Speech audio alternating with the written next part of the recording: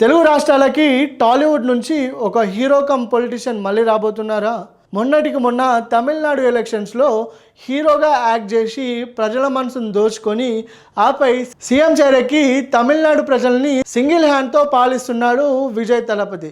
ఇప్పుడు అదే trend junior NTR రాజకీయాల్లోకి రాబోతున్నారా అనే వార్త సోషల్ మీడియాలో ఒక కొత్త ట్రెండ్ని స్టార్ట్ చేసింది.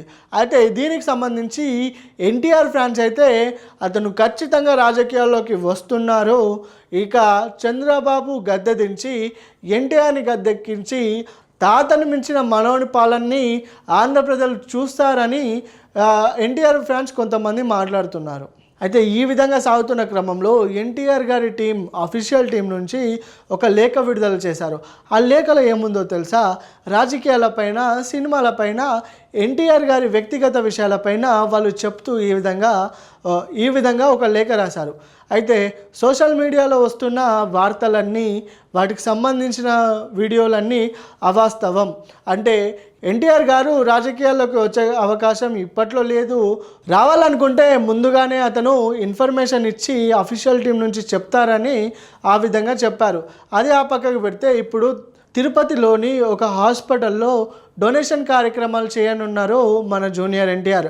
ఈ మీటింగు అతని రాజకీయ భవిష్యత్తుని నిర్ణయించనుందా? ఆ మీటింగ్తో అతను రాజకీయంలోకి వచ్చే అవకాశాలు ఎక్కువ అని స్థానికులు చెప్తున్నారు. అయితే ఇది కేవలం డొనేషన్ మాత్రమే, డొనేషన్ కోసం మాత్రమే వెళ్తున్నామని, అక్కడ ఎటువంటి రాజకీయ చర్యలు కానీ రాజకీయ నేతలకి అనుమతి లేదు, ఇది మానవత్వం కోసమున్న చర్య అని, రాజకీయ సంబంధమైన విషయాలు ఏమి ఉండవు, రాజకీయాలకు వచ్చే అవకాశాలు ఉంటే ముందుగానే విడుదల చేస్తారని ఈ విధంగా ఎన్టీఆర్ గారి టీం అయితే ఒక లేఖను విడుదల చేసింది. అయితే ఈ స్థానికంగా ఉండే ఎన్టీఆర్ ఫ్యాన్స్ కానీ కొంతమంది నాయకులు కానీ ఎన్టీఆర్ గారు రాజకీయాల్లోకి రావాలని గట్టిగానే ప్రయత్నిస్తున్నట్టు ఉంది.